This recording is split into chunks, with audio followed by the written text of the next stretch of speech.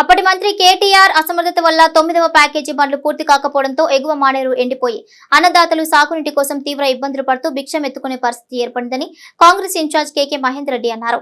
ముస్తాబాద్ మండలం కొండాపూర్ గ్రామంలో 7 లక్షల రూపాయల వ్యయంతో స్పెషల్ డెవలప్మెంట్ ఫండ్స్ తో నిర్మించనున్న పైప్ లైన్ల పనులకు భూమి పూజ నిర్వహించారు. ఈ సందర్భంగా ఆయన మాట్లాడుతూ సిరిసిల్ల శాసనసభ్యుడు తారక రామారావు 9, 10, 11 ప్యాకేజీ పనులను పూర్తి చేయడంలో నిర్లక్ష్యం వహించారని, కానీ కాంగ్రెస్ ప్రభుత్వం మాత్రం వారికి సాగునీరు అందించే సంపూర్ణ బాధ్యత తీసుకుంటుందని మహేందర్ రెడ్డి హామీ ఇచ్చారు.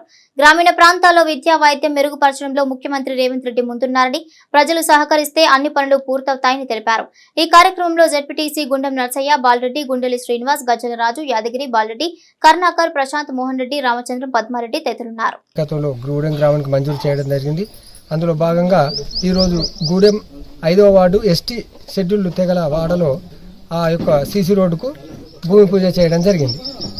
ఇది ఎస్టీ కాలనీకి 5 లక్షల రూపాయలు ఎస్డిఎఫ్ నిధుల నుండి మహేంద్రన్న గారు, కాంగ్రెస్ పార్టీ అధ్యక్షులు అందరూ అనుకొని కూడా పెట్టడం జరిగింది. కాంగ్రెస్ పార్టీని అందరం కూడా ఆదరించి గొప్పగా చూడవలసిన బాధ్యత మనందరి మీద ఉంది కాబట్టి ఈ కార్యక్రమంలో పాల్పంచుకున్న అందరికి కూడా మనస్ఫూర్తిగా ధన్యవాదాలు తెలుపుకుంటా ఉన్నాను.